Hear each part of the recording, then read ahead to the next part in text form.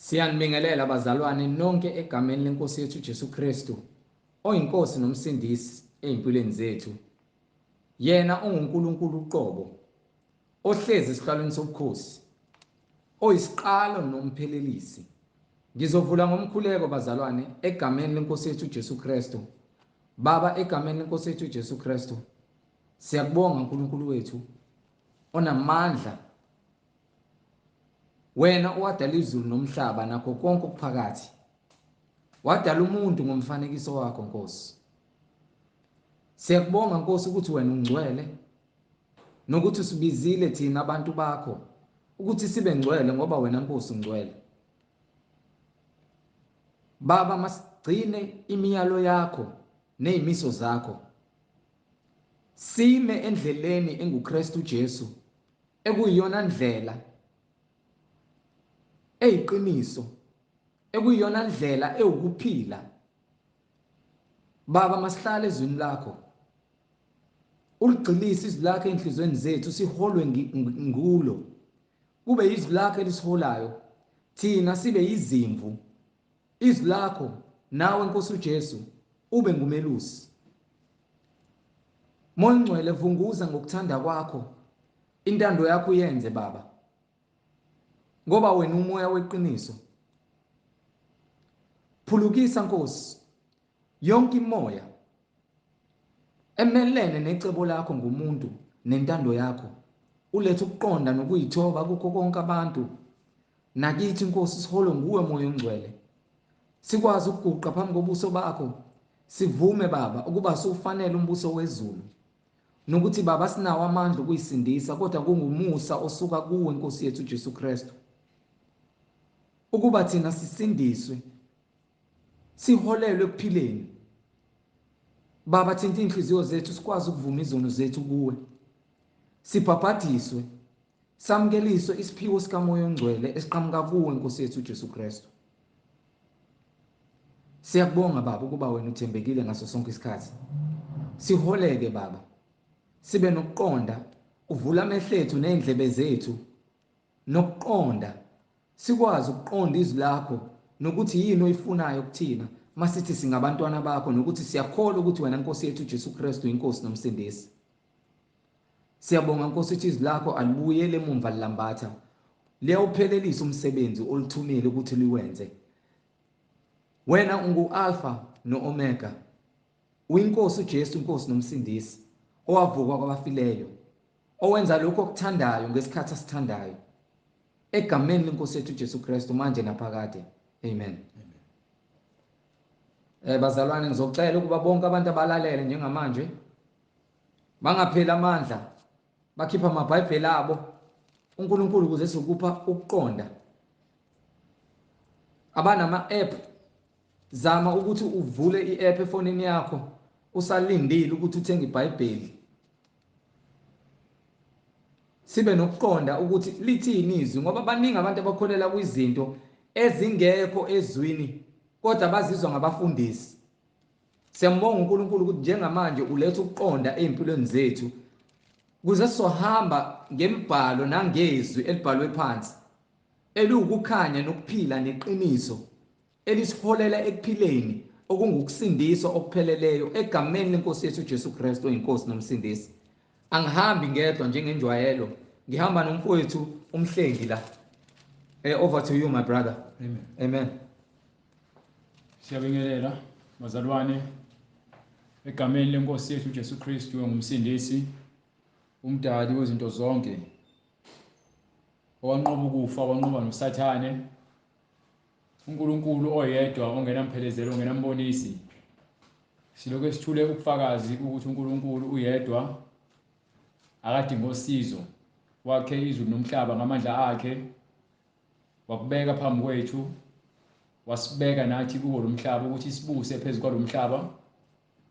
Kodwa ukuze sibuse kahle kufanele sibuse ngemiyalelo yakhe ekuyiyona esiholayo ukuze sipheleliswe kuye. Siyambonga uNkulunkulu ngoba abaprofethi bakhe beqinisa ebathumile ukuthi bathule ubufakazi, baphinde bashiye nalembhalo ekuyiyona esiholayo njengamanje. esitshelayo ukuthi uNkulunkulu uyaphila uphile kwangunaphakade. Ngokuba le ncwadi ayikho noma lezi ncwadi abazishiya abazibhalanga abazishiya ngabe sibhizi sikhonza izithombe, sikhonza izithixo, sikhonza amadlozi, sikhonza imimoya yonke, nobanye bakhonza ilanga, abanye bakhonza abantu. Amen. Konke lokho kubula ngokuba ke uNkulunkulu usitshelile ukuthi zonke lezi zinto esizenzayo sikhonza imkhosi yasezulwini, sikwenza kuyizeleze. So kubalekile ukuthi sazi ukuthi khona uNkulunkulu and intando yakhe uNkulunkulu ukuthi thina sicebe kuye. Amen. Indlela yokuceba uNkulunkulu ukuthi sazi ukuthi uyena osiholayo. Uma ungaholwa uNkulunkulu uyisibula. Njengoba ke uyisibula konke okwenzayo awunakho ukuqonda. Yes Lord. Ongiphe incwadi yeZaga chapter 25 from verse 2. Or noma ungiphe chapter 26 from verse 2. Khona sozwa ukuthi kusho ukuthini ukuba isilima, ngoba phela kufanele sazi ukuthi kusho ukuthini ukuba isibula nokuhamba endleleni zobula. Ngokuba phela baningi abantu umuntu acathi uyathukwa. iBhayibheli ikhuluma ulimi oluqondile, aligwegweseli lenze wena ukuthi ke mhlambe uthokoze, lifuna ukutshela into eyiyona.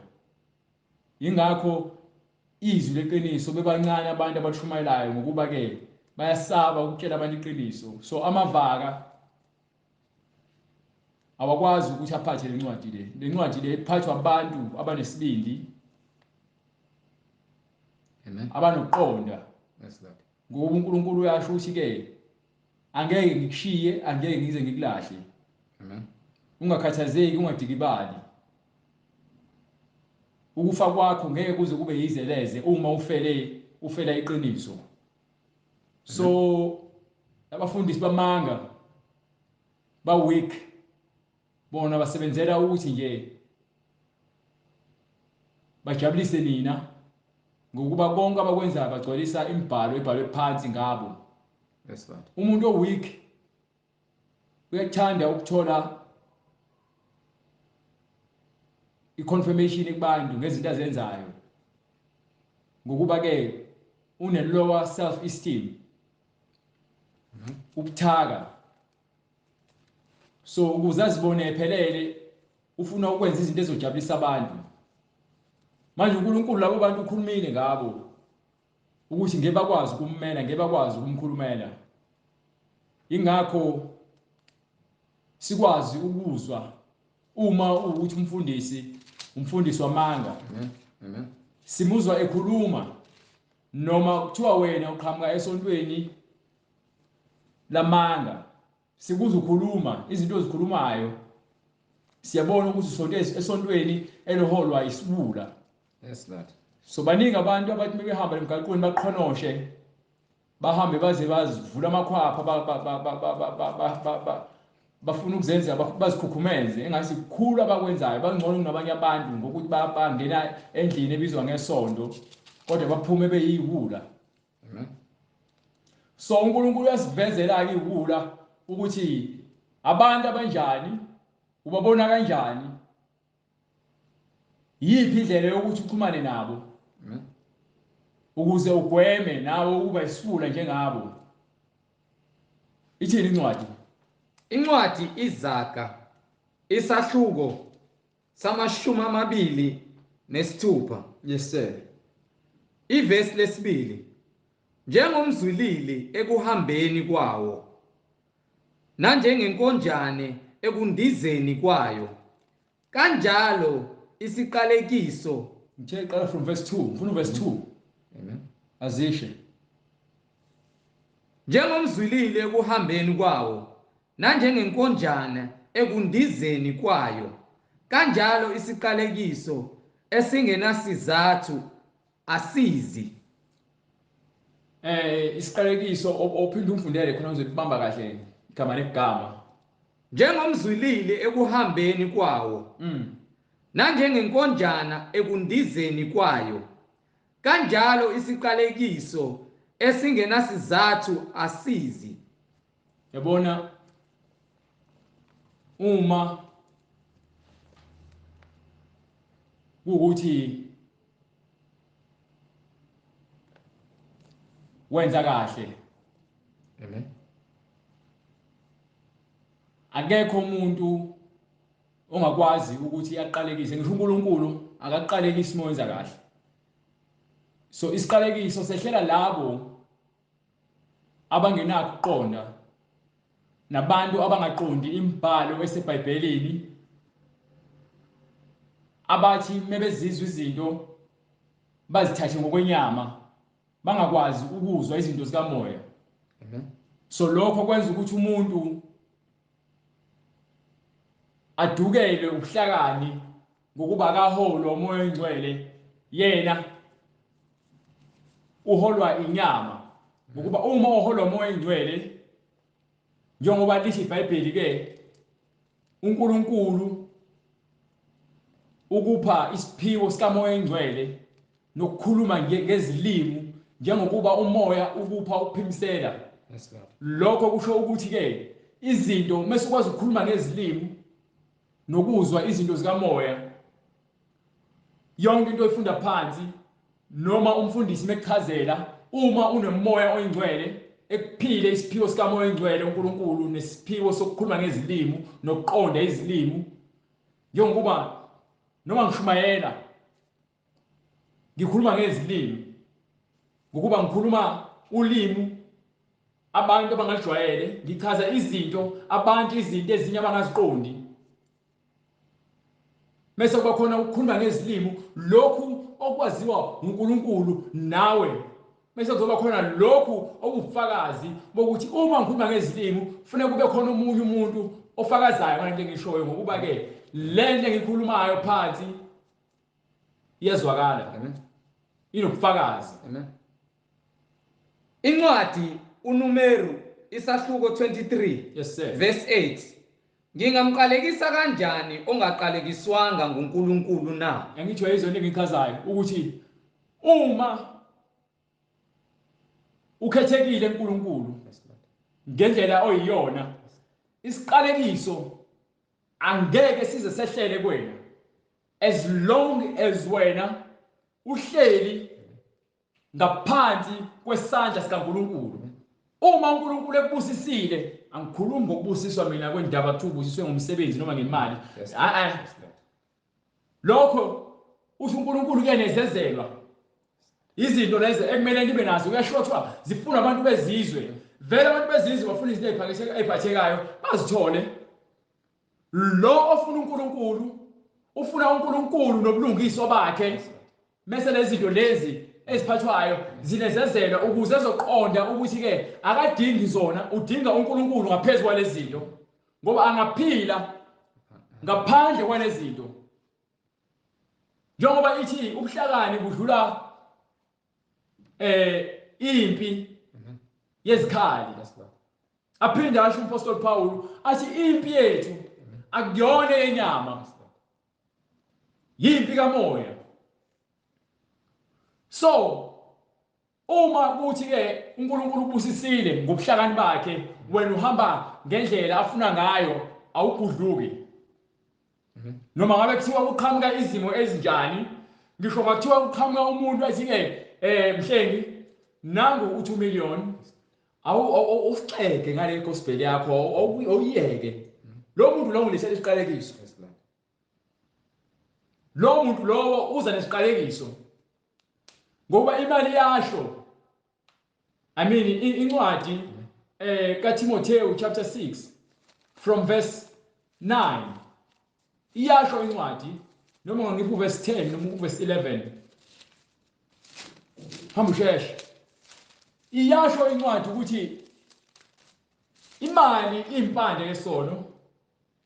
Incwadi yokuqala kuTimoteyu isahluko 6 Yes sir. verse 10. Yes sir. Ngokuba ukuthanda imali Ngokuba ukuthanda imali kuyimpande yakho konke okubi. yezindaba. So uma umuntu ezothi ke emhlengi no nangu 5 million lesonto lakhe asiguqule noma le ntshumayelo yakho asiguqule awukhiphe lokho okushumayela ungasashumayela ngezitabane ungasashumayela ngokuthi abantu besifazana baye ukushumayela ungasashumayela ukuthi abantu abaye ukudakwa ungasashumayela ngokuthi abantu abayeke ukufeba Abanye ngokuyifisa ngenxa ukuthi umuntu usuyibonile le mali ayiphethe 5 million uphethe check badukelwa ukukholwa. mase ulahlekelwa yini Badukelwa ukukholwa. mase uwaphuma ekukholweni kwakho ngenxa yezinamba ezibhalwe phansi namaphepha ozowathola Bazigwaza ngeminjunju eminingi. kwaza inhliziyo yakho ayithola uphumulo ngoba uyazazi ukuthi ke wena ubusisiwe yayizwa indaba thembe usubusisiwe wamukela isiphiwo sesiqalekiso esiqhamuka nomuntu osetshenziswa uSathane wakhetha imali ngaphezulu kwaNkulunkulu nobulungiswa bakhe. Hallelujah. Yayizwa indaba. Hallelujah. So uma uthunyiwe umoya engcwele wazi umvuzo wokuphatha le gospel le ukuthi ukuphila okuphakade uzobona njani momsaba uNkulunkulu Gcina imiyalelo yakhe. Mesabe uJehova. uzothatha imali Hallelujah. noma uzogcina imbhalo ubeke ifa lakho ezulwini kunokubeka ingcebo yakhe emhlabeni ukuphi ozokwenza ngiyazi abanye abafundisi sebeyazi ukuthi hawo 5 million hey ngawuthatha 5 million phela amaphepha lawo lento engifunda amaphepha isho lutho lonto futhi ayilona iqiniso ayishatha ilahle lapha ngemali. Amen. Amen. So ingakho ngithi ngisho ungenza noma imalini Abanye ngokuyifisa badukelwa ukukholwa. ngamanye ngidla udaka yayizwe usayingana udla udaka wawufa Qala kanye. awukwazi ufe manje ingane bedla udaka sekuthiwa izwa ngadokotela iyaguliphethe umkhuhlane thina sikhule sidla phansi enhlabathini. Yes Lord. Yayizwa indaba sibanga irice ucoshe phansi ingane yasemakhaya ifici namafinyila idla udaka iyathatha idla faka amatshe emlomeni ayiguli ikhulube umqemane ungaphila nangezihlahla ngoba uNkulunkulu washo kwincwadi kaGenesis ekhuluma noAdam wathi wena uzodla uphuma enhlabathini uzodla izithukuthukhu zakho uzodla imifino. Hallelujah. Do you understand? Hallelujah. So awudingi imali Yes Lord. ukuze upheleliswe. Yes Lord. Imali ayinamsebenzi kulesikhathi esiphila kusona yebo ngiyayidinga imali ukuthi ngirente but angenze imali ngendlela efanele. Abanye ngokuyifisa badukelwa ukukholwa bazigwaza ngeminjunju eminingi. So owumfundisi noma ifufusi lomfundisi oyintsha oyivila othanda ukuphuza utshwala isidakwa sikamfundisi Yes Lord. sishiye iposition yaso sidukise ibandla lonke labantu kade bekhona ngokweqiniso ngithi ngiyafika ebandleni ngizoma ngithi ngiyakhuluma ngokukhuluma iqiniso kuthiwa no asishumayeli lando la ngiyakhumbula nomunye ngathi omunye umfundisi waseMelika ngathi kena ngiqala ngiyabona ukutele bright ngiqala ukufunda iBhayibheli ngaya kuyena ngathi mengifika kuyena ngamtshela ukuthi no ngifuna ukushumayela igospel yangempela ngangisho njalo ngifuna uma. Hallelujah. Nkosi sithethelele. Wena wazi konke. Qhubeka baba. Ungixolele uNkulunkulu namandla. Nkosi. So uma ngifika kuyena ngimtshela ukuthi ke iBhayibheli lisi kanje athi no ngeke mina ngize ngikuvumele ushumayele ebandleni lami ngeke futhi ngikuvumele ukukhuluma nezingane zami kanje. Why? Ngoba bafuna igospel efaka ushukela. Incwadi uExodus 23. Wow. Hallelujah. Athi uJesu Kristu Hallelujah. usawoti muhle athi ukudla bese ngesena sawoti noma usawoti uma sungenayo umsebenzi ufakwa phansi kwenyawo ugijime phezulu kwawo. Umfundisi kade usawoti wezwe. Isibani. Akukhipha usawoti afaka ushukela. Sibani sibenge ngaphansi kwetafula. Emva kwalokho useshumayela ushukela bonke abantu bayamthanda. Mfundisi, bonke abantu bashaya izandla. Ngathi bavuka umoya. Ha shabarabara urara. Hakhibirabro. Yonke leyo nto leyo. Ngokuba yini? Ubatshelile abafuna ukizwa. Athi uNkulunkulu. Uma usuka kuyena. Uthi mohamba ufike emsebenzini bakuphile. Ngokuba ukhohliwe kubika uNkulunkulu ukuthi ke ufuna umsebenzi. Uyokufika lapha ya. Ungawuthola umsebenzi. Kunomuntu obekumele akunika imali. Ngenxa ukuthi wena uyicelanga uNkulunkulu ungayitholi imali. Hawu. Bona abantu ngempela beshaya izandla bejabula. Umbona akhuluma azajuluka bhodle. Kodwa manje lento ayikhulumayo ayikho ngoba ukhuluma ushukela. Ujabulisa labantu abahluphekile emele bazi ukuthi uNkulunkulu bathola imali kuphela. Ngeke azabatshela ukuthi ke esontweni lakhe kugcwele abantu abayifebe, abantu abadakwayo, abantu abayiphingi. Yena ke umfundisi okhona uyisifebe akashadile. Uyathandana nentombazane esontweni yazi bathandana. Kodwa manje lonto ayinakiwe ayaziwa futhi. Ngokuba yena oyaziyo uyayigqiba. Labantu abafundisayo ubatshela amagama amnandi. Ukuze bezokwazi ukuthi bakhohlwe iqiniso bajabulela amanga. Incwadi uExodus isahluko 23 ibambe. Hallelujah. So usawoti ungajabi. Hallelujah. Usawoti umsebenzi wawo. Amen. Ukunandisa. Yes Lord. Mawuphekile ufaka usawoti ube ne-taste. Mawufaka ushukela ngeke upheke ukudla ufaka ushukela. Yes Lord. Ngeke uze ukudle lokho kudla wena sawuphekile ufaka ushukela. Ngeke uze ukwenze lokho.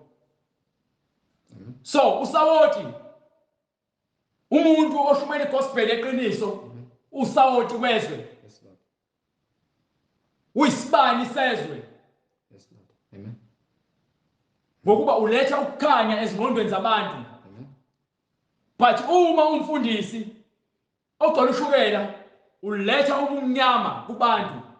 Ngokuba ke uma uphuza ushukela kakhulu uphathwa inyongo. Mase kuba emva kwesikhathi uba ne-blackout. Uquleke. Kube mnyama amehlo. Umile. Ngenxa ukuthi udla izinto enoshukela kakhulu. Unesilonda, isilonda sakho siyabhipha. Ngoba ushukela ogcwele emzimbeni. Mawufaka usawoti esilondeni kuyancinza kuphele ukopha kuphele silapheke ibulale nama-germs usawoti. Usawoti uyalapha. Ushukela uyabulala. Abantu abasawufuni ngisho etiyeni ushukela. Yini? Ngoba uyabulala ushukela. So nina abantu enithanda igospel enoshukela iyanibulala. Ngokuba niwubula niqalekisiwe ngenxa yokuthanda izinto ezimnandi. Nezinto ezizwakala kamnandi eziza kalula. So thina la gospel le esilethile thiwa inkemba. Hallelujah. Thiwa isando. Makabonge uNkulunkulu. Thiwa inkemba ngoba ke ishaya inyama ihlukanisa ithambo, ishaya inyama nophefumulo ihlukanise. Makabonge uNkulunkulu. Thiwa isando ngokuba ke ishaya lenhliziyo yakhe elikhuni eyinhle ilihlaphaze liphenduka amagabade. Makabonge uJehova. Hallelujah. Thiwa imbazo ngokuba ke ibekiwe empandeni shaya isono sisuke phansi. Sembonga uJesu Kristu. Hallelujah. Thiwa ke ingumlilo ngokuba yasihangula isono isishisa isono. Le gospel le Amen. Amen. esifundisayo. Yes Lord. and usathane akayifuni usathane wenza ngayo yonke indlela ukuthi asivale ukuze singashumayeli legospel le ngoba uyabona ukuthi abantu bazosindiswa abantu bayasindiswa akayifuni usathane legospel nakancane uyalwa ebusuku isemini uyalwa akadlali yini ngoba uyabona amandla kaNkulunkulu amen ufuna abantu beze kuphenduka akafuna abantu baphenduke ufuna abantu bahlale ezonweni zakhe why usathane ufuna kube njalo ngoba uyazi ukuthi isikhathi sakhe sifishane feze icebo lakhe so manje ukuze abe nokuthula alethe ukuthula enhlizweni yakhe ukuthi kufuneka abhubhe nabantu abaningi baningi abantu abasesihogweni and incwadi yasho ukuthi ke Zulu 3 izinto ezingagcwali amehlo omuntu awagcwali inhliziyo yomuntu ayigcwali isihogo asigcwali 3 izinto ezingagcwali usathane ufuna ke ukwenza lokho kubantu ingakho ngamehlo akho ekulethela umuntu wesifazane odlulayo egqoka impahla ezitight ulokumbuka izinqa umbuka amabele haleluya ngoba yini ke ufuna wena ukhanuke lo muntu wesifazane usuke sogcuma sofuna inamba ngene sifogweni haleluya isikhathi wena sofuna inamba ungaphambili wakho socabanga nje ukuthi wena ufuna ngabe sowuphezulu kwakhe lo muntu wesifazane yes lord ngenhliziyo yakho ingakho sithi ke umfundisi uthi kade shumela iqiniso athi bese kuthiwa nangu 5 million inhliziyo yakhe ivele ibone ukuthi ayidinga le mali amen 5 million ngizothatha 5 million uNkulunkulu ngazange 5 million ingqondo yesifula amen badukela ukukholwa usihogo asigcwali ngokuba abantu benza izinto ezimbi balahlekelwa yini ukukholwa asigcwali isihogo ayigcwali inhliziyo yomuntu omthakathi nomuntu onhliziyo embi awugcwala amehlo ayabuka nengqondo yomuntu ayigcwali iyafaka ufaka iporn ubuka ama-video ocansi ungena ekhanda ukhuluma amanga uhlala enhliziyweni ungena ekhanda uyazonda kusekhanda kusenhliziyweni uyafeba kuhleze ekhanda lakhe ngoba yini ke ubuka kakhulu ama-video ocansi iwona lama-video ocansi enza ukuthi ke angakwazi ukuzilawula mephuma ephuma kobuka lama-video ocansi abanye badlala ngemphambili yabo manje bephuma ufuna nje ukufuna umuntu wesifazane angahamba emgaqweni ayothenga ukulala nomuntu wesifazane ngenxa yokuthi ke ubulawa yinkanuko omunye azaphuma ayodakwa ngoba nake ufuna ukulala nomuntu wesifazane haleluya yesu ndaba omunye ahamba ayodlwengula yesu ndaba kholwa inkanuko yenyama yini ninika usathane indawo sathane lama move lawo lobukayo abantu bebulalana enza na ufise ukuba nesibhamu ubone kulula ukubulala umuntu kanti yini sishumayela against lezi zinto lezi ngokuba ke ziletha ukubhubha kubantu zenza abantu babe yibula babone izinto ezibhubhisayo kuyizona zinto ezifani eziletha ukujabula bandlalela abantu beqabulana ku-TV nengane yakhe ihleli la ayibone into esikoleni ukuthi ifike iqabulize enye ingane okuwes umfana uqabuza umfana intombazane iqabuza intombazane ingane yakhe isiyabuya isihamba isifuna ugqoka amabhuluku abatebhisi ingane intombazane yini isizinikele kulo moya elimuka ku-TV aniphuthelwa uhlelo nohlelo dlala TV bayalwazi isikhathi sakhona ubuye emsebenzini ejahele lo hlelo nge-weekend noma ngesonto noma umgqibelo idlala yonke lo hlelo uhlelele ukubuka lonto kepha wena muntu kaNkulunkulu balekela lezo zinto phuma kulezo zinto jonga ukulunga nokumesaba uNkulunkulu you understand zonke lezi zinto lezi wakha isikhathi se-generation wakha isikhathi sozalo wakha isikhathi sazo zonke inhlelo naka-Netflix yini ngoba usuzinikele usathane, ubuswa usathane. Sathane usekwenza isigqila. Uma usathane ethi asamsophuza noma kuthiwa ubuye emsebenzini ukhathele, noma ngabe kuthiwa ke kade usebenza kanzima, noma kuthiwa uzizwa kahle ngathi uyagula, kodwa mekuthiwa kuyo clubini uyazihudula, ugqoke uhambe eklabhini ufika ngathi uncika ngamabonda, kuyothi kungena utshwala emzimbeni, gqume ngathi awukwazi uzugule. Yini? Uyakucontrol usathane. Moya. Hallelujah. Yayizwa indaba. Spirit. Hallelujah. So thina umsebenzi wethu ukuthi sikele zonke lezi zinto ukuze ukwazi ukuhlukanisa ukuthi konke lokho okwenzayo awukwenzi wena ngentando yakho, uyaholwa imimoya ekuholela ekubhubhisweni. Ingakho sishumayela kanje thina engathi ke mawuzo wena ngathi siyalwa sikutshela iqiniso ukuthi ke yonke lento yenzayo iyakulahlekisa. Kepha wena muntu kaNkulunkulu, balekela lezo zinto. Jonga ukulunga nokumesaba uNkulunkulu, nokukholwa, nothando, nokubekezela, nobumnene. Yayizwa indaba. Ophile. Kepha wena muntu kaNkulunkulu, Umuntu kaNkulunkulu, balekela lezo zinto. umuntu kaNkulunkulu, lalela. Kunabantu lokho ngithi basibiza ngamaKristu, bahamba baqhonoshwe emgaqweni. Umuntu esontweni lakhe abanenkinga ukuthi bakepitile abantu akushuyelwa ngalonto. Ingakho abantu bekepitile baphinde bayokulelo sonto, bayophuza iwayini esontweni, basike baza iLord Supper.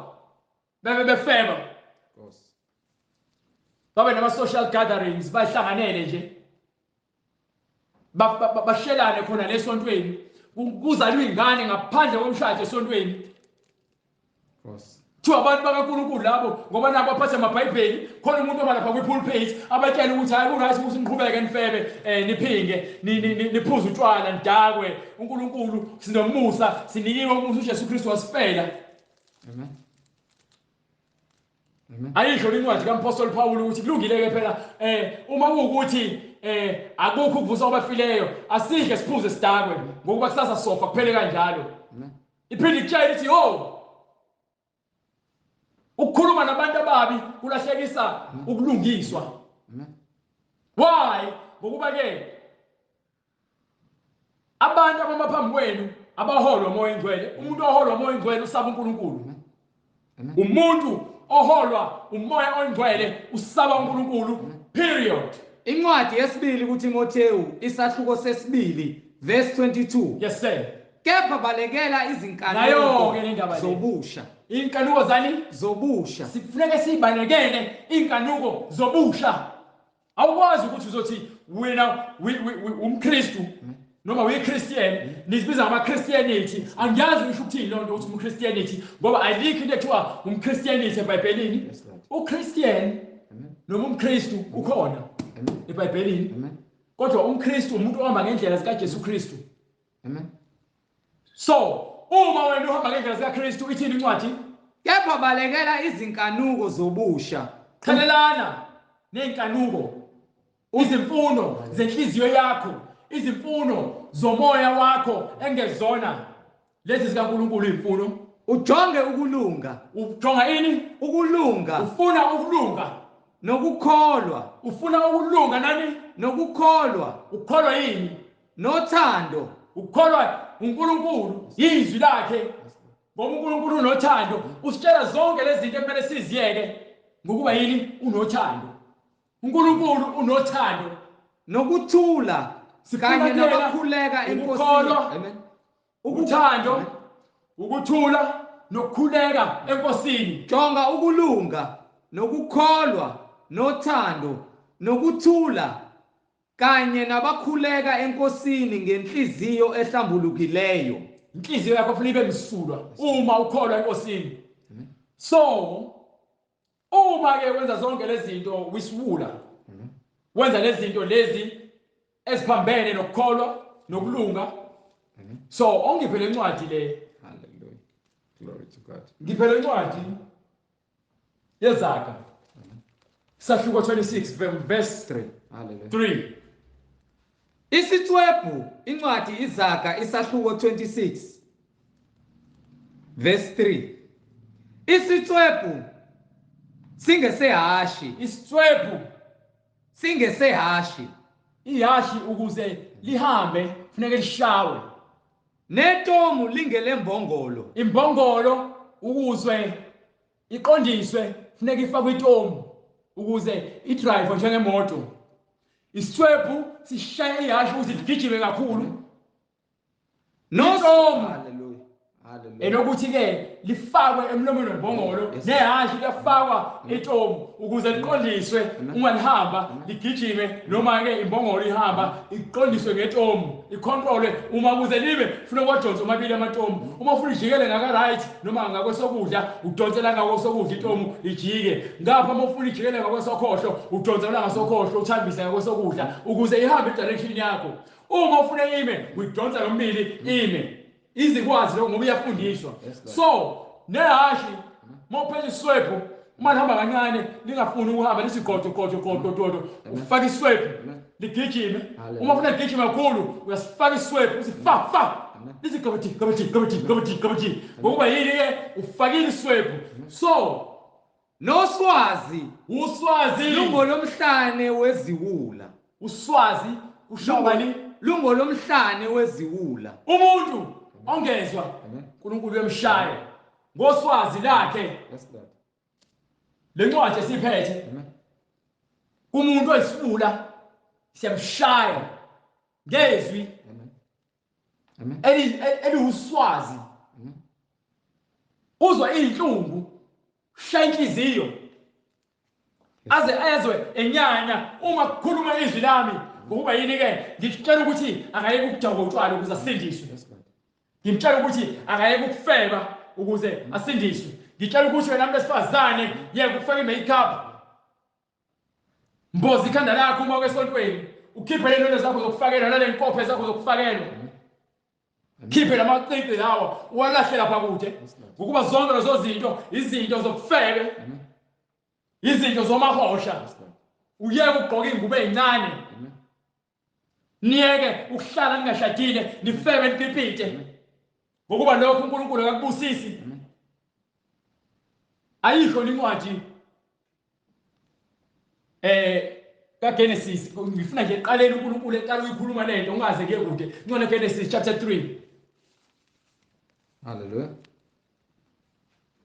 Incwadi kaGenesis isahluko sesithathu ivesi lesibili. Owesifazane wathi enyokeni. No. Hamba. We're verse 15. Hallelujah. Shesha. Incwadi uGenesis isahluko sesithathu verse 15. Yes sir. Ngizakubeka ubutha phakathi kwakho nowesifazane. Emva kokuthi umuntu wesifazane esonile uNkulunkulu aqalekisa inyoka, hamba verse 16. Wathi kowesifazane, ngizakubangela ubuhlungu obukhulu. Ngifuna le ndawo le ekala umuntu wesifazane ukuthini? Amen. Ngizokubangela ubuhlungu obukhulu ekukhulelweni kwakho. Uzokhulelwa wena umuntu wesifazane ukuba awonanga wawungeke uzube nezinhlungu, ngoba iBhayibheli lisho njalo, ngokuba manje ngoba sowonile uNkulunkulu usezokufakela izinhlungu ekukhulelweni kwakho. Uyakubeletha abantwana ngobuhlungu. Uzobeletha kabuhlungu, ingakho uqayiza uma usubeletha. Ukunxanela kwakho kuyakuba sendodeni yakho. So manje uNkulunkulu uyatshela ukuthi ke uzonxanelwa bani? Ukunxanela kwakho kuyakuba sendodeni yakho, yona iyakukubusa. Uzakubuswa indoda yakho. Uzakubuswa indoda yakho. Ngifuna umfunele lencwadi na ubheke na chapter 2 ngasekugcineni.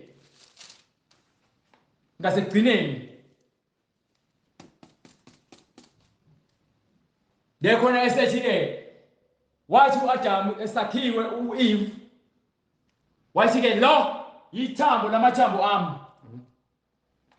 Incwadi uGenesis isahluko sesibili verse 23. Funeka anxanelwe indoda yakhe, hayi amadoda. Futhi akanayo indoda azolala nayo engashadile. Ingakho incwadi ithi uswazi olwesifula lishaya umhlane wesifula. So ngoswazi kaNkulunkulu siyakushaya ukuthi wena lo mkipito ohleli kuwona uNkulunkulu awubusisanga uma uzibiza ngomKristu wenza yonke lonto yokuhlala wena ungashadile nendoda wena uyafeba nalo ndoda niyifebe nobabili phendukani. so kumele wazi ukuthi ke ukuze wena uqale uhlale nalo ndoda kufanele nibe nishadise uqali ngokuba futhi ke okuhlanganiswa uNkulunkulu akukho kufanele umuntu ahlukanise. Qala ufunde lapho uqede Incwadi uGenesis isahluko sesibili iverse 23.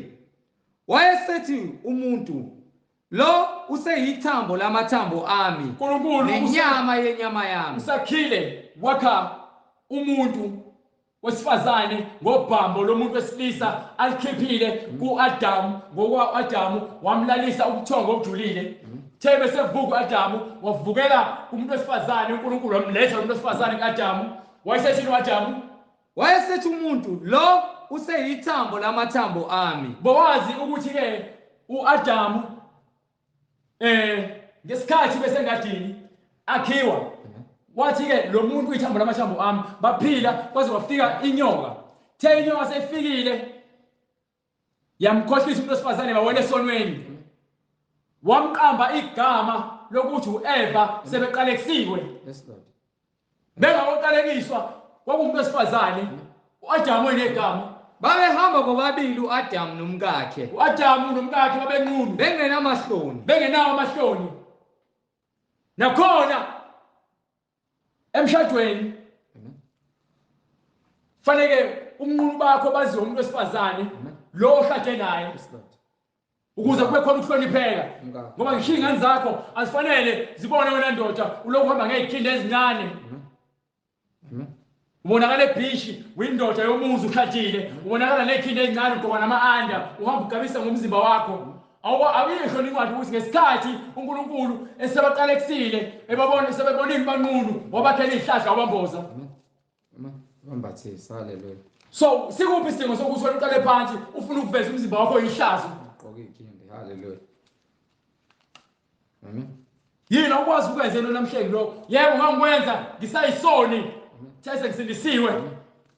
Ngazi ukuthi kufanele ngigqoke ngendlela ehloniphekile. Open ye the understanding. Angikwazi angithi yizona uvula uqondo uNkulunkulu. Hallelujah. Gqoke ibhluku elide mengiphambi kwabantu hayi ibhluku elizongiveza umphambili elizongibamba lingithayithe kubonakala umphambili wami engihamba. Hallelujah.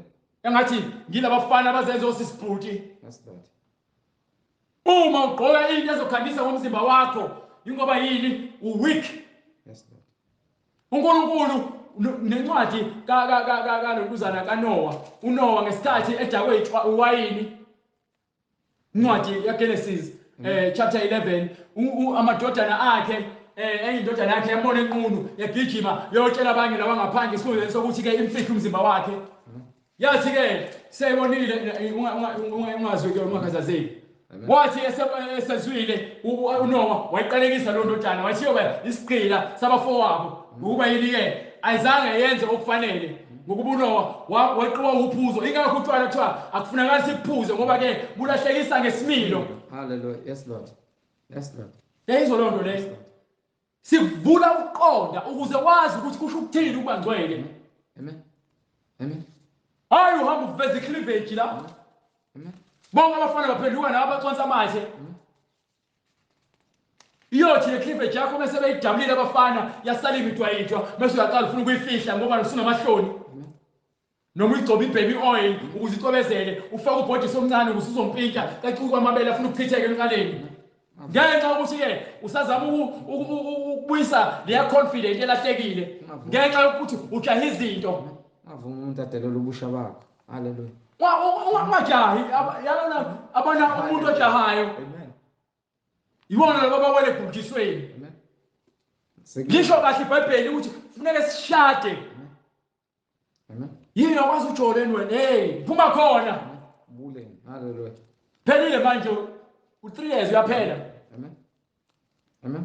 Njengoba manje ku2022. Amen.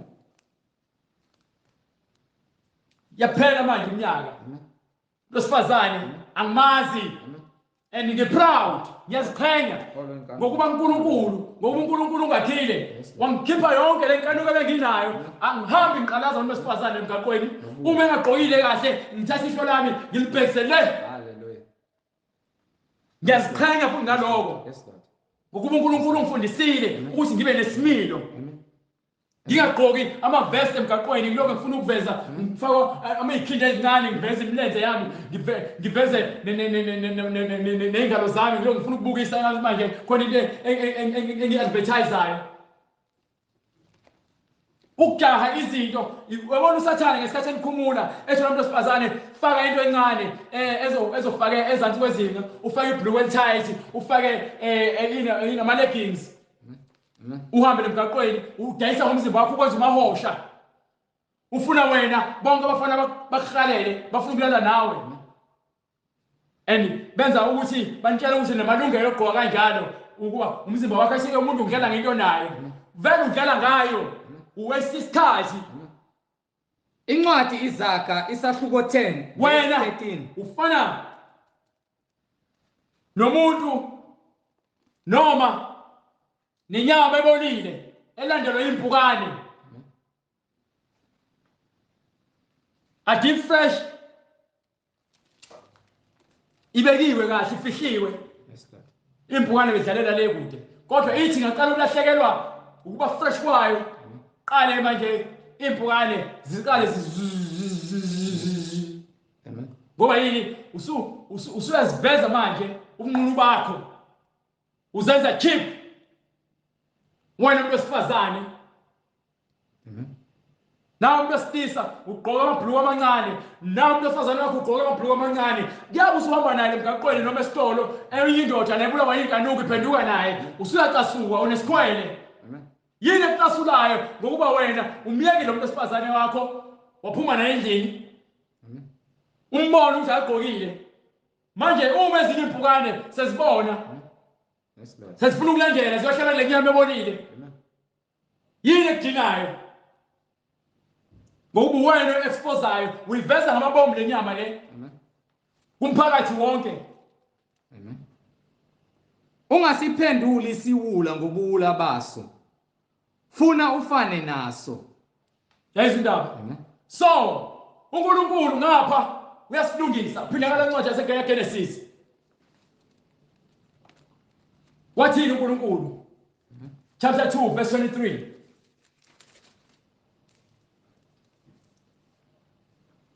Incwadi uGenesis isahluko sesibili verse 23. Yes sir.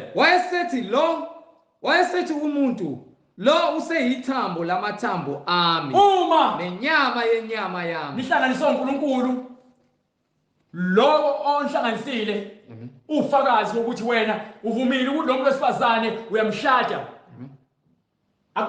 Washo kanje bengakolali, Yes, Lord. babengakolali ngoba kwincwadi chapter 4 ile kuthiwa khona ke uAdam wazi uEva umkakhe. Amen. Ebahlanganisa uNkulunkulu, wabashadisa uNkulunkulu, baba inyamanye. Eyizindaba. Amen. Yes, Lord. So wonke lo mkipito nomdlalo wenu niyashada na divorce nenza ukhohlakala. Uma wena uzazi ukuthi ke ushadile, wa divorce, waphinde wahamba woshada nenye indoda yakhe esaphila noma unkosikazi wakhe esaphila, lo mshado wakho wesibili ubusisiwe. Uma uthi umKristu wenza njalo, wena uphile esonweni, kuyisono lokho. So wathini uJesu Kristu uNkulunkulu? Amen. Ungamini uAdam wathini? Lo uyithambo lamathambo ami Lo uyithambo lamathambo ami nenyama yenyama nenyama yami. yami. Uyakubizwa ngokuthi Uzobizwa kuthiwa yini? Indodakazi, indodana. ngokuba uthathwe endodeni. Adamu, Eva, indodakazi ngokuba uthathwe kuphi? Endodeni. Akazalwanga indoda, uphume Endodeni. wakhiwe ngendoda wesifazane. Uma ngakholwa lokho, akuyona indaba yami ukuthi awufuni ukukholwa. iBhayibheli lisho lokho, mina ngiyakholwa. Ngalokho indoda iyakushiya uyise nonina. Ngokuba ke lo ithambo lamathambo ami, ngalokho indoda iyakushiya uyise nonina So umuntu wesilisa uzakushiya uyise nonina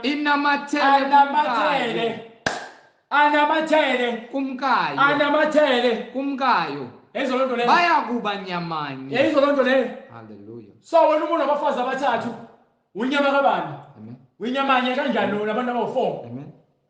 Amen. Ufebe ukuphinga. Amen. Wena umuntu wesifazane ushakile. Amen. Kodwa manje uphinga nenye indoda. Babehambaze bobabili Benkulu uAdam nomkakhe babehambaze bobabili uAdamu nomkakhe akushiwanga ukuthi girlfriend bengenamahloni. akushiwanga ukuthi girlfriend Qhana kani. akushiwanga ukuthi babedate Qhana kani. akushiwanga ukuthi babebonana Qhana kani. Kuthiwa umkakhe babehambaze bobabili uAdam nomkakhe bengakosazi sono babehamba benqulu bobabili uAdamu nomkakhe bengenamahloni. ayishende umkakhe. So lemdlalo udlalayo lo ehlala enyuka nemgaqweni ibambene ngezandla ngocicane niyajona nami enqabulana emphakathini anamahloni Bula.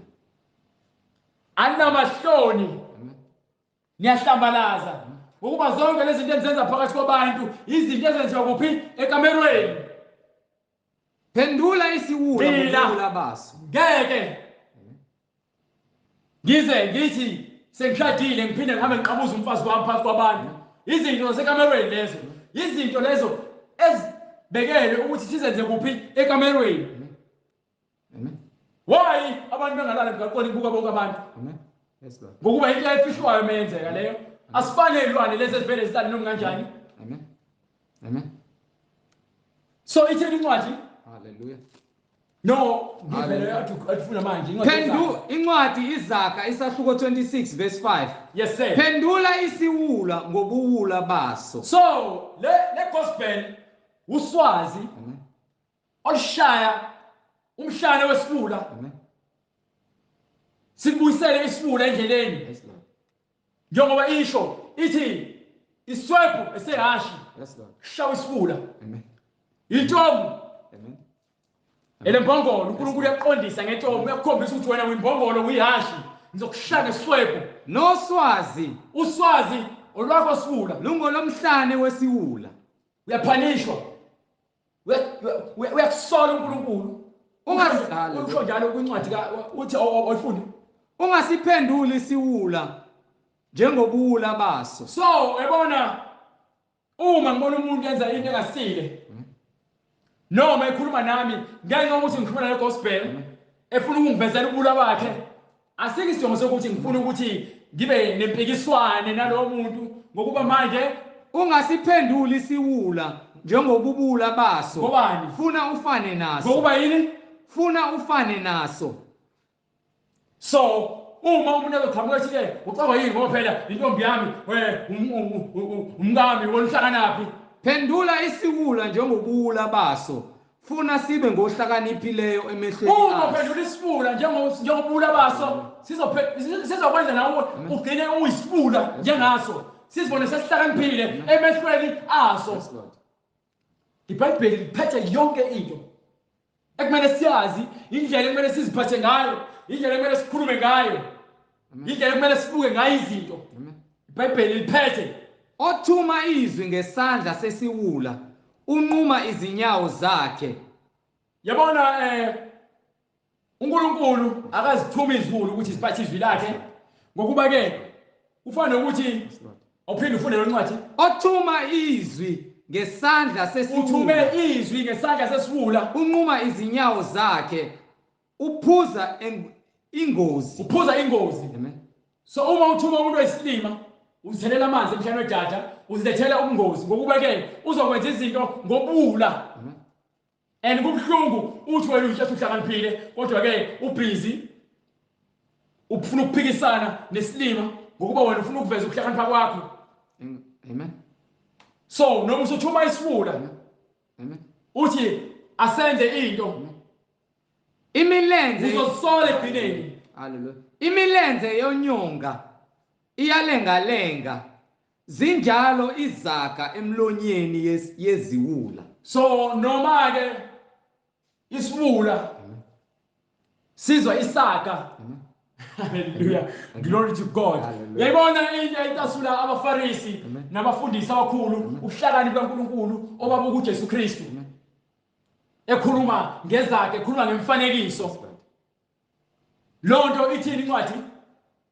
Imilenze yonyonga Umuntu okhubazekile imilenze yakhe iyalenga akakwazi kwenza lutho. zinjalo Namanje umuntu oyisiwula ufana lalela. Umuntu oyisiwula ufana nomuntu okhubazekile. Imilenze yakhe engathi iyalenga ngoba ingqondo yakhe ayisebenzi ngendlela efanele. Izinto eshiwoyo eqhamuka njengezaga yenza njani? zinjalo izaga emlonyeni yeziwula. Ayisebenzi. Azisebenzi izaga kuphi emlomeni wesiwula. Yes Lord. Ngoba ngishilo uqala ngathi umuntu oyisiwula uthatha zonke izinto ezibhaliwe eziyizaga azithathe ngokwenyama. Angakwazi ukuzichaza. Ingakho abafundisi bengebona abafundisi ngokuba yini ke? Abaholo moya engcwele. Ufuna moya engcwele ukuze wena ukwazi ukuchaza. Hallelujah. Hallelujah. Glory to God. Ukuze ukwazi ukuchaza izinto zikamoya engcwele. Phela ingakho izaga emlomeni wesiwula zifana nento engenamsebenzi.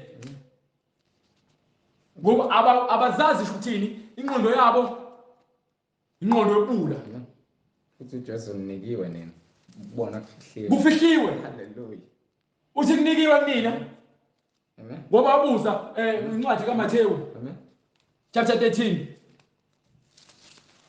Oh, chapter 12. Ngesikhathi bebuza ukuthi ke why ukhuluma kanje kuthina?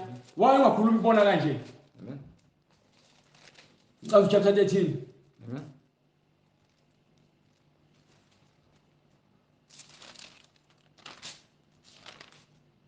From verse 16. Noma ngiqala lapha ku verse 14. Amen. Shesh. Incwadi ngokuka Mathewu isahluko 13. Yes sir. Yabona ima before uqhubeke. iBhayibheli ngeke lifundiswe umfundiso oyisilima. Hallelujah. Yayizwa lonto? Amen. iBhayibheli ngelifundiswe isilima. Amen. Isifuna Amen. ngeke baningi kodwa abaphatha amaBhayibheli bazibiza amafundisi.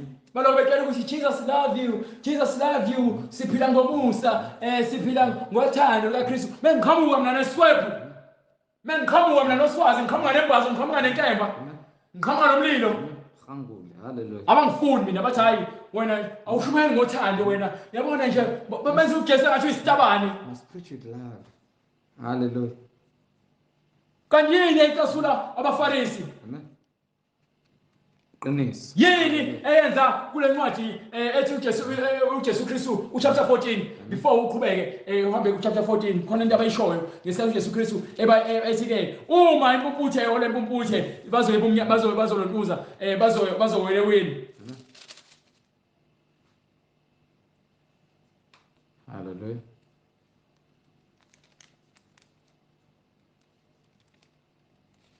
Noma ngiku chapter 15 ungiphe from verse 13. Hallelujah. Incwadi ngokuka Mathewu isahluko 15. Yes sir. Verse 13. Yes sir. Kepha waphendula wathi, Yes sir. yileso naleso sithombe. Kancane. Hallelujah.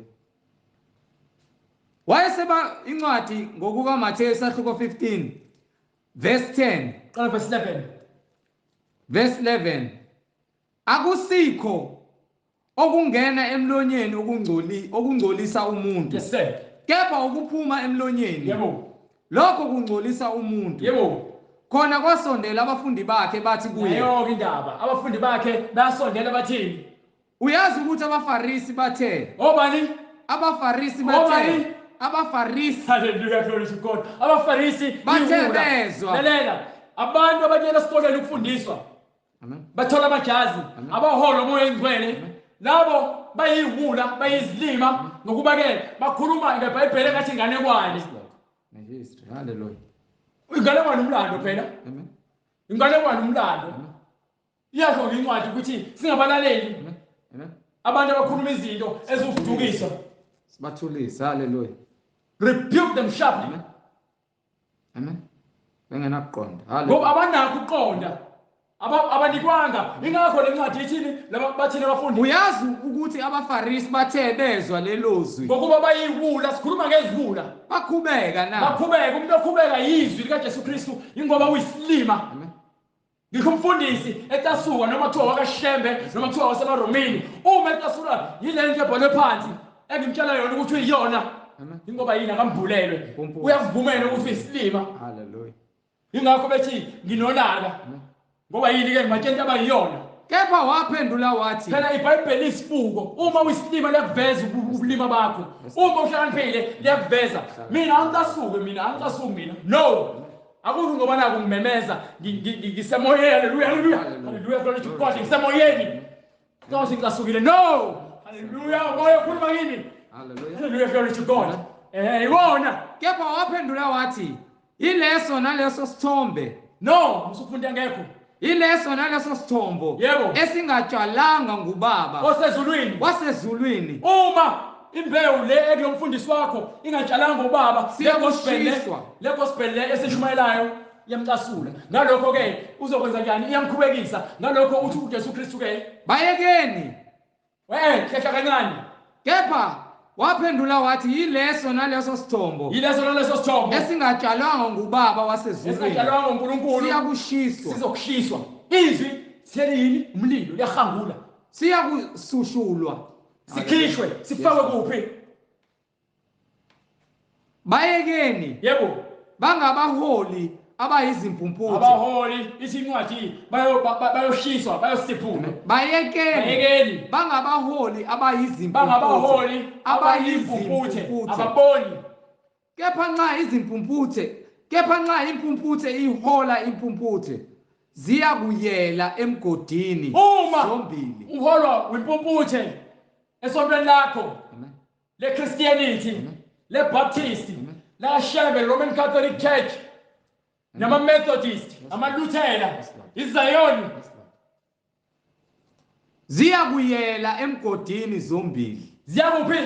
Ziyakuyela emgodini zombili. Wena nomholi wakho nawe niyaphakathi emgodini nobabili. Ngokuba ke impumputhe ukwenza impumputhe nawe uyakuhola ukholela kuphi? Ekubhujisweni. Ingakho becasuka uma beza le gospel so buyela ngaleke kulencwadi sebatshela ke chapter 13 ngifuna ungivusele ungiqala phaya ku verse 14. Hallelujah. Shesha ke baba. Incwadi ngokukaMathewu isahluko 13 verse 14. Yes sir. Kugcwaliseka kubo isiprofeto sika Isaya. Shesha kancane. Ufuna ukukhulume umfundi. Hallelujah. Wabuza umfundi. Amen.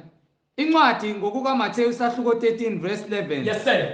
Waphendula ke wathi kubo, nina niphiwe ukwazi. No, shesha. Hallelujah. Qala ku verse 9, no verse 9, qala verse 9. Amen. Onezindlebe makezwe. Onezindlebe makezwe. Umuntu onezindlebe umuntu oyinhlabathi evundile. Lalela, ulimi leBhayibheli liyakutshela. Sonke sinamandla ngithi siyamuzwa bekhuluma. Kodwa into ayikhulumayo usho ukuthini? Sifuna ukwazi ukuthi njengoba ekhuluma ngemfanekiso usho ukuthini? So umuntu onamadlebe kamoya, umuntu obizelwe ukuthi ezwe izinto zikamoya, uyezwa. Ingakho ngithi uma umuntu ehlabekiswa ile gospel noma ke ekhubekiswa ile lesishumayelayo uthando lukayise alukho kuwo. Akukho. Hallelujah. Alikho iqiniso. Ngibonga umoya ongcwele. Izolando leyo. Kwase kufika abafundi bakhe bathi kuye, ukhulumelani kubo ngemifanekiso na? Wabuza abafundi ukuthi why ukhuluma ngemfanekiso kubona? Waphendula ke wathi kubo, nina niphiwe ukwazi izifanekiso. Abafundi izindaba ithini?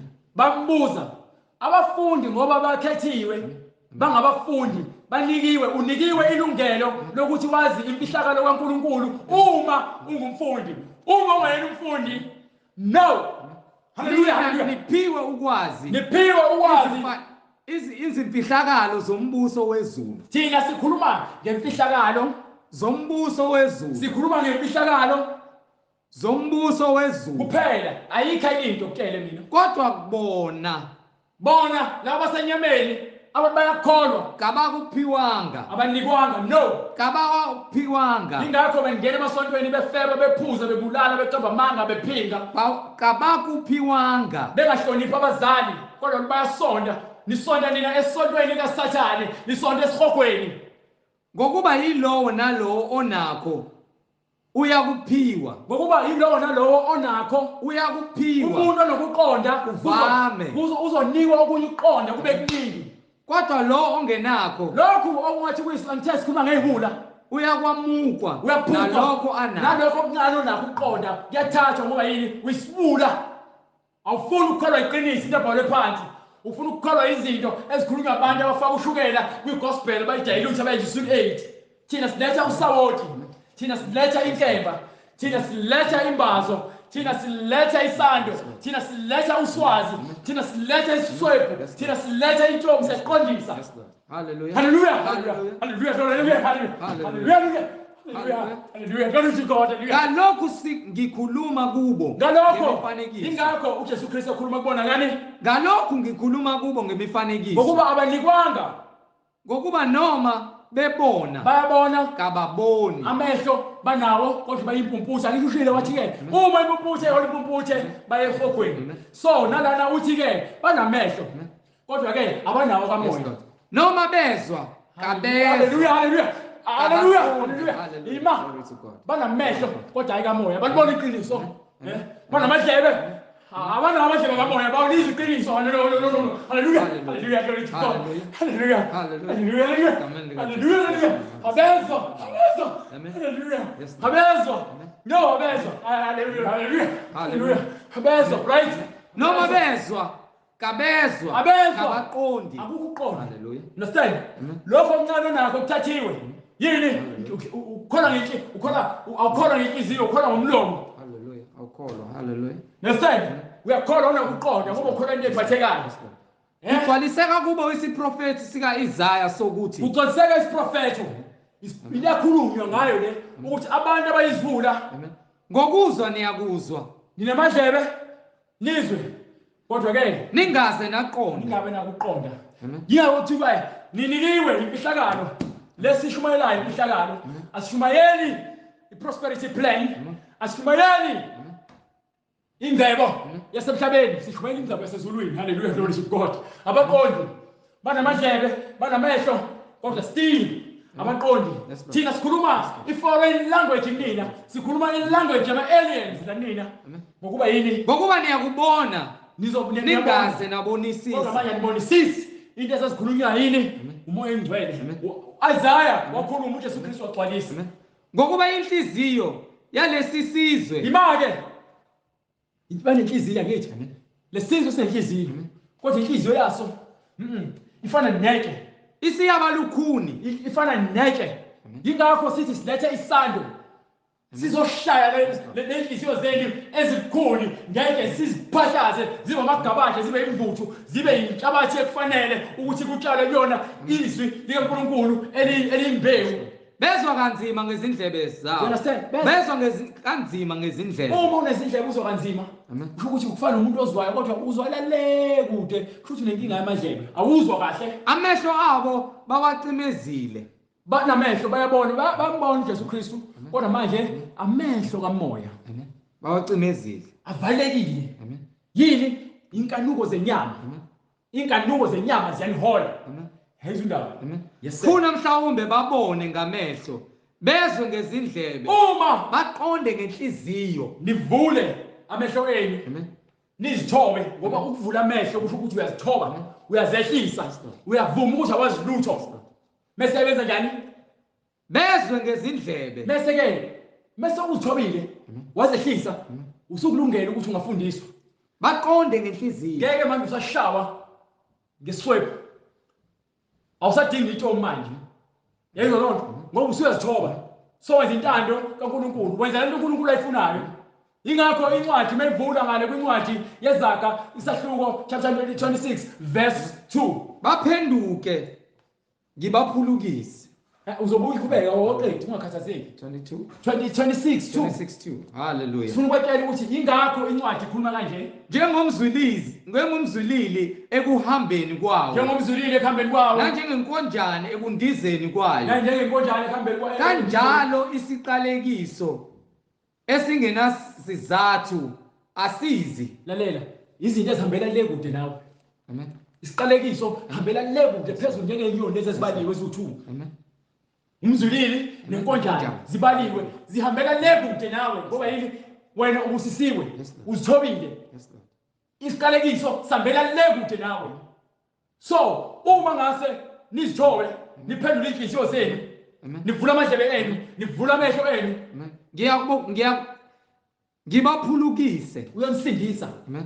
Umsindisi baphenduke ngibaphulukise. Kufuneka nirepente niphenduke uNkulunkulu esansindisa. Baqonde ngenhliziyo. Baqonde ngani? Ngenhliziyo. Inhliziyo yakho isigabade. Baphenduke ngibaphulukise. Sigabade inhliziyo yakho sendivuthuziwe ngoba diyiki ikhuni. Sekutshaliwe manje imbewu. Amen. Izwi. Amen. Hallelujah, glory to God. Act 2:38. Incwadi izenzo isahluko sesibili. Yes sir. Verse 38. Yebo.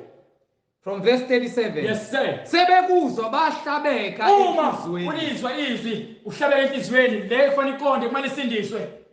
Bathi kuPetru nakwabanye abapostoli. Njengoba babuza nakwapostoli oPetru nakubanye abapostoli nawe uzobe sobuza nakuthina. Madoda bazalwane. Inamba ithi siyakwenzenjani.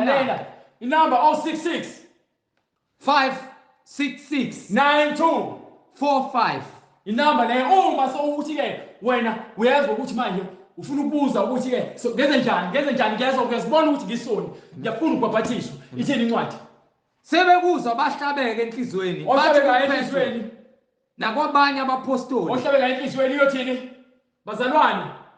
Madoda bazalwane siyakwenzenjani na? Washathini uPetru? uPetru wayesethi phendukani. Kumele uphenduka. Phendukani. Iyona gospel lemfihlakalo lo okumele uyazi ukuthi ukuze wena usindiswe kufanele ukuphenduke. Phendukani yilowo nalowo abhaphathiswe egameni likaJesu Kristu. Kukho kuthethelela kwezono zenu. Kufanele ukuthethelele uphenduke. Ubhaphathiswe uthethelele izono emva kokubhaphathiswa. Uma sobhaphathisiwe wabhaphathiswa uphuma phakathi kwamanzi usugeziwe izono zakho ngoba usuguqula umqondo wakho usuyisidalwa esisha. Angeke uthi usubhaphathisiwe uphinde futhi emumva uyongena esonweni. No, so uphumile esonweni akukho lula uphila impilo engcwele. Khona niyakwamkelisa. Babe musujaha. Hallelujah. Singacula kanye but mase sikhuluma funeka ngizwakala ukuthi ngithini. Hallelujah. Amen. Ngokuba uma sowubhaphathisiwe waphenduka awudlalele esonweni. Ilingo zikhona amaphupho amabi uzoba nawo. Usazolingwa abantu abangani bakho bazokubiza nibizela ubhiya nibizela utshwala nibizela ukafeba nibizela uqamba amanga kwenze zonke lezi zinto kuphela insangu kodwa wena uzobe ukuthandaza uNkulunkulu. Qinisela njalo ekufundisweni. Ngokuba ke incwadi yasho ukuthi ke lo oyisifula noma ongenakho ukuhlakanipha uza uNkulunkulu azokufuna. Awuzi uzofuna ukuhlakanipha uNkulunkulu usanhliziyo mbili. Amen. Uyazinikela uNkulunkulu uthi uNkulunkulu ngifuna wena manje ungihole kube wena uNkulunkulu ozongigcwalisa ngokuhlakani bakho. uNkulunkulu uma uthembekile inhliziyo yakho iyinye ungekho mbacambili uNkulunkulu uzogcwalisa ngomoya engcwele. Uzokwazi ukuthi akuphulukise kuzona zonke izilingo. Njengoba noSathane wayezama uJesu Kristu wayezinikele uNkulunkulu kumoya engcwele. Nathi sikumele ukuthi sizinikele kumoya engcwele. So uma uphuma ngaphansi kwamanzi awubuyele esonweni. Ingakho kuthiwa ke siyathethelelwa izono zakho ziyagezwa. Amen. Mase ke usunikwa isiphiwo. Amen. Sikamoya oyingcwele. Khona niyakwamkeliswa isiphiwo sikamoya oyingcwele. Uzobe siwamkeliswa isiphiwo sikamoya oyingcwele. Ngokuba isithembiso ngesenu nesabantwana benu. Esenu nabantwana benu. Esabo bonke abakude. Bonke inkosi uNkulunkulu wethu eyakubabiza. Waqhubeka wafakaza ngamanye amagama wabayana wathi zisindiseni kulesizukulwane esiphambeneyo. Zisindiseni kulesizukulwane esiphambeneyo. Zisindiseni kulesizukulwane lesi esiphambeneyo. ungafuni ukuyela uholele ebhudisweni njengazonke lezibula eziphila engazi ukuthi ke azinali kusasa. Amen. Baphila ngathi there is no tomorrow. Hallelujah, glory to God. Amen. Abazi ukuthi kusasa likhona. Njalo usuku nosuku zonke lezi zinto abazenzayo uhleze evuka ezisola. Yes, God. Omunye ukhala ngestress, omunye ukhala ngokuthi bizwa ngale izifo zabo. Amen.